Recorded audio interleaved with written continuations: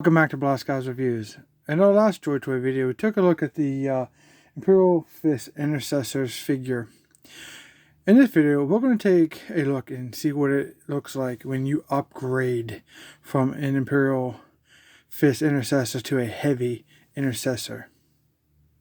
By taking a look at this new figure, I'm not going to try to brutalize his name, so it's kind of like Polad, Lycalrad is what I'm going with.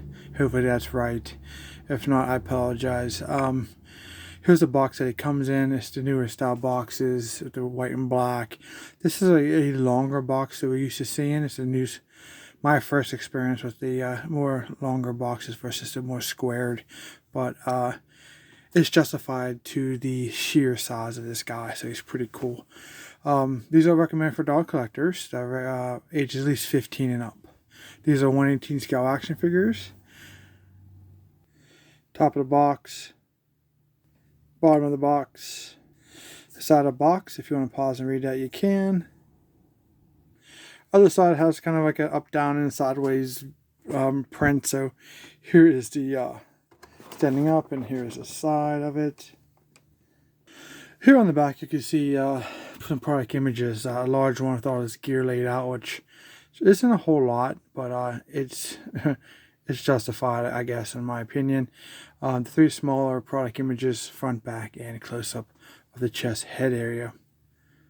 Alright, with that being said, let's get the Heavy Intercessor out and see how he compares with the standard Imperial Fist Intercessor. So here he is inside the clamshell. You can see why it's more of a longer box instead of a standard square box because of the large arsenal that he comes with. Okay, here he is outside the packaging, and I must say he is definitely a step up from the standard Intercessor and very close to maybe like Thor's standard, the Captain Thor. You can see a lot of the parts kind of used from the Captain over the basic Intercessor armor. Okay, let's go and take a look at him. So it looks like we do have the V2 body. This is a lot of upper chest area. Reminds you of the Aggressor type armor. The head sculpt, the helmet is pretty awesome looking. Has those different like moves, like kind of like a stormtrooper heavy breathing apparatus is there on each side of his helmet. The silver in the front. It's not really much I can do about moving the head on this guy. He's kind of sideways. We can see some silver there on the side of his helmet.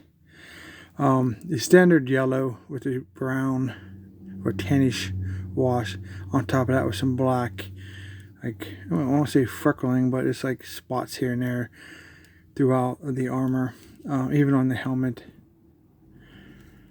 There's the blue eyes, the black fins, and then that silver down inside.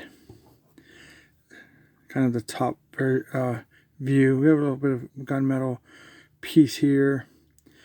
We have the metallic skull and wings, like a maroon with the black wash. Pretty decent. Here on this pauldron, we have the Imperial Fist logo that's kind of just painted on with the like kind of an extra trimness, like 3D sculpted to where it stands out, done in like a flat black. It's pretty cool. Over here, same pauldron, but we have a different kind of symbol there. Down the arm, we do have some electronics, red and blue metallic paint buttons, and maybe I guess they're all buttons. On this arm, we don't have any kind of panels, or do we? Man, it made you look like something popped out of there. I give him credit for that. Yeah, it doesn't open, I don't think. There's no hinge or anything. Man, it sure looks like there is. Uh-oh. Oh, looks like my pauldron came off. How about that? Well, good news, it's not broken. So you can get an idea what that tab looks like. Oh, I hate this tab. Before they had the ball peg that was into the shoulder and you moved it around. But see, this is underneath the arm. You can see there now. I need to put some super glue on here and on this flat piece, and it should seat back to where it belongs. Sometimes I think when they do assemble these, they don't put enough adhesive or glue, and that should go right back on as I let that sit and dry. Yeah, I can feel it go right back where it belongs. So that's good news. I don't have a broken figure. So where were we? The hands. Well, the joint on this arm is real stiff, so we're going to have to heat that up. The arms do rotate 360 all the way around, and again, we can see that the arms will go up farther if we didn't have that style pauldron on versus this side. So this is kind of a good thing that happened. We can look at it. You can see how this is already hitting the housing of the suit up top. So there's your difference right there in range and loss of articulation versus the overall aesthetic and design of the modern V2 body. We do have the bicep swivel 360, double jointed elbows, hands on a ball joint to rotate 360 all the way around. You got the ups and downs, ins and outs and alls arounds and in betweens that we want to see. Chest area, we do have the side to side. Try to hold figure side to side, back and forth. Waist 360. Well, that turned really nice with all that stuff on his waist. So getting down to his waist there, we do have a blade, a case kind of sitting like this. Let's get his hand out of the way. Take a look at that weapon. Wow, that's a nice knife. Black handle. I like the sculpt. The blade is really cool. Look at that little notch right there at the bottom. That's pretty sick. And it has like a bevel in there. Maybe like a blood letter for it to allow more blood flow once it's been inserted into his enemies. That's a wicked blade there. There's the case, black and gold. And that sits relatively nice in there. He has it backwards. That's kind of a unique way to have that. Let's see if we can get back in. This blade and case is removable, obviously. It's just on a ball peg. You can take it right off his belt if that's not where you want it. You can swap it around with other parts. Over here we have a little piece here with two gold skulls, some studs on the side, and a metallic case. Around the back we do have the pistol case with the grip that's not removable to give you the impression that there's a pistol there inside the case. That's removable, and then we have two pouches that are sculpted together, which is removable, and you can move it like around if you want. I guess while we're back here, we'll take a look at the back of the figure. There's the larger diameter for the pack that he currently has, and there's some silver at the top. You can see the overall dome on top there. The bottom legs, we have the hoses here. So we have the thigh rotation on the front. We do have the double joint knees, and let's see how that works with those hoses. Do we lose? Yeah. I don't know, it kind of folds in pretty good. But it does push back. So you push it up and it wants to push back. The hose wants to go back to its original position. But you get a good range at least with that hose there. Here's the feet. Now you can see that with the heavier Intercessor, he goes into like more of the captain's type of feet with the heel. So we do have the down, back to stationary, and we have the rocker side to side. It will turn. You want to shove it around, you might be able to get 360 rotation. I mean, and then we have the toe up on the heel, also, on the foot also. So pretty good. Little silver right there.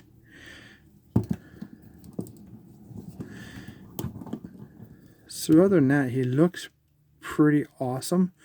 Outside of my quality control issue. How's this one? And that one's on pretty good. You notice there's a little bit of white wash here around the top of the pauldron there. Does this one have it? Yeah, a little bit of white there. Pretty decent figure. He's bulky. He has a presence. He really does. So I'm going to set this pauldron right here just temporary because this is going to keep falling off until I am able to go ahead and getting glued back on after our review. Now taking a look at the accessories, this thing is pretty sweet. So start with this gun.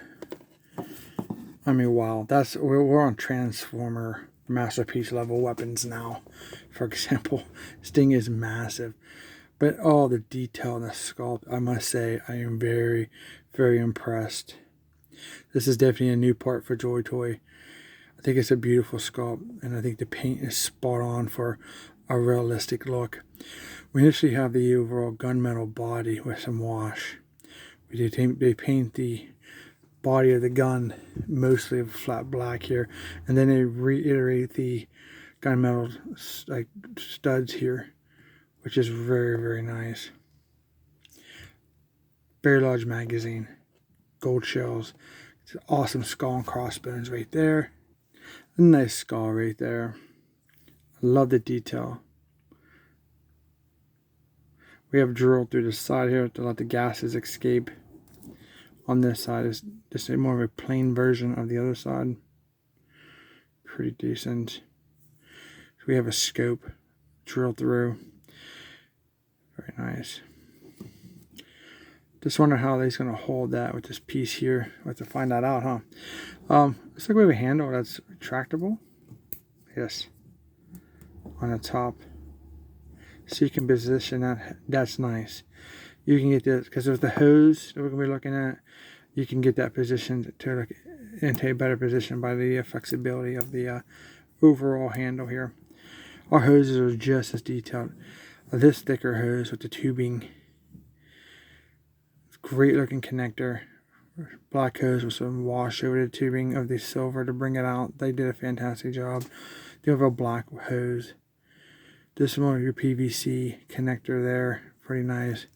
Then halfway through we have this coupler piece here that gives us a realistic look as we travel down the hoses and or wires, whatever you want to call them, and we get into the back of this thing. It's connected to its power pack. You have a little black and silver paint in there. You can see the shape of that. Kind of flares out. Top has two silver dots. As we go around to the front or the back of it, front back of this backpack, that's a tongue twister, right? We do have the vents we're used to seeing. These do rotate 360. Mine's kind of stuck. I gotta heat them up. Same vents, kind of middle cylinder, so studs throughout. We have the connector pieces here, the hoses. Very, very cool. So this is basically going to sit on his back. Let's hope the diameter is correct. We want to get a lot of resistance. Yep, it's snug. It fits. I think that's pretty good. So we go this way or this way. I think you might be able to get either way you want, depending on. I like going for the right hands. For my guys, it just feels more natural for me. We definitely got to wash the hands. Oh my goodness. That's got to get heated. I'm not going to put that in his hand. That is quite thick. So I'm not going to risk. That's a huge distance to... Man, that's tough. Unfortunately, that's terrible. I don't have my hairdryer right now. But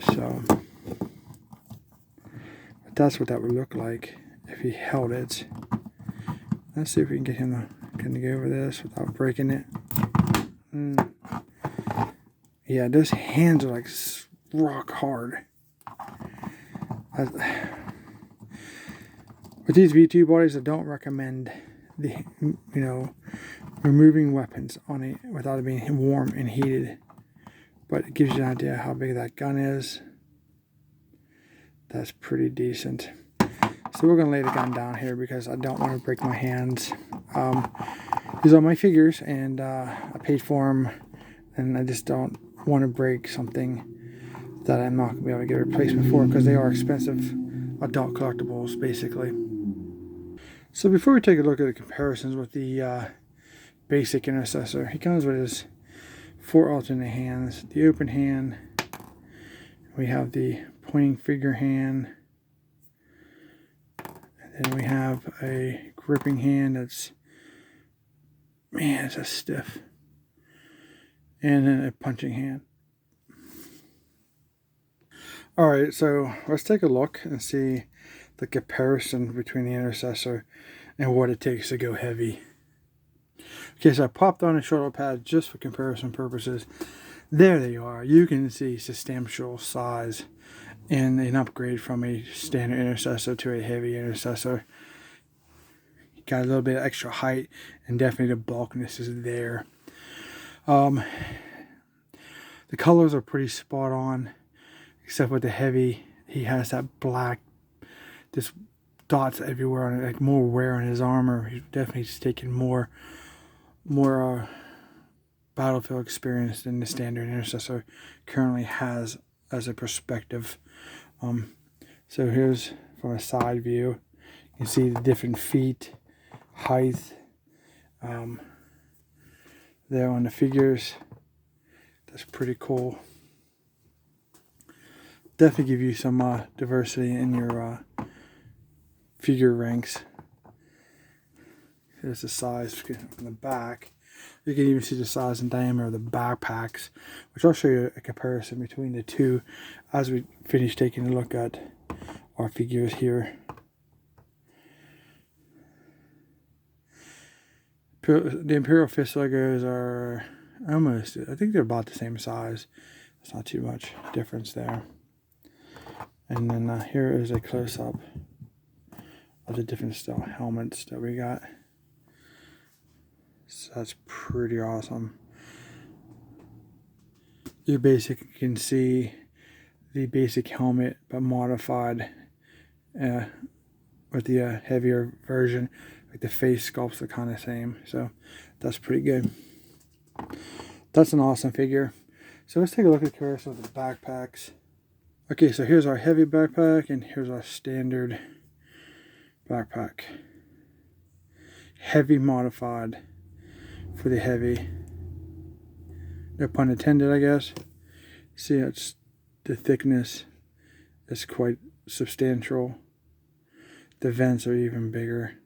Of course, we're going to need better airflow with more power, just standard physics.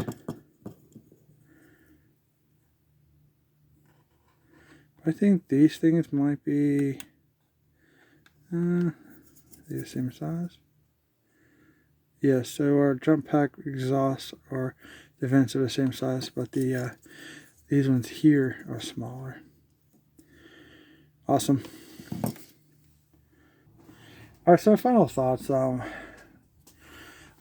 figure is awesome. I like the figure. I like the overall aesthetics of the figure.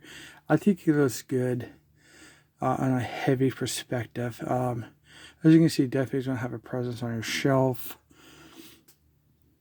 Although I'm not a big fan of the V2 body, I wish we can either move from that to a new mold without sacrificing too much and losing the overall compatibility with all the figures that we currently have.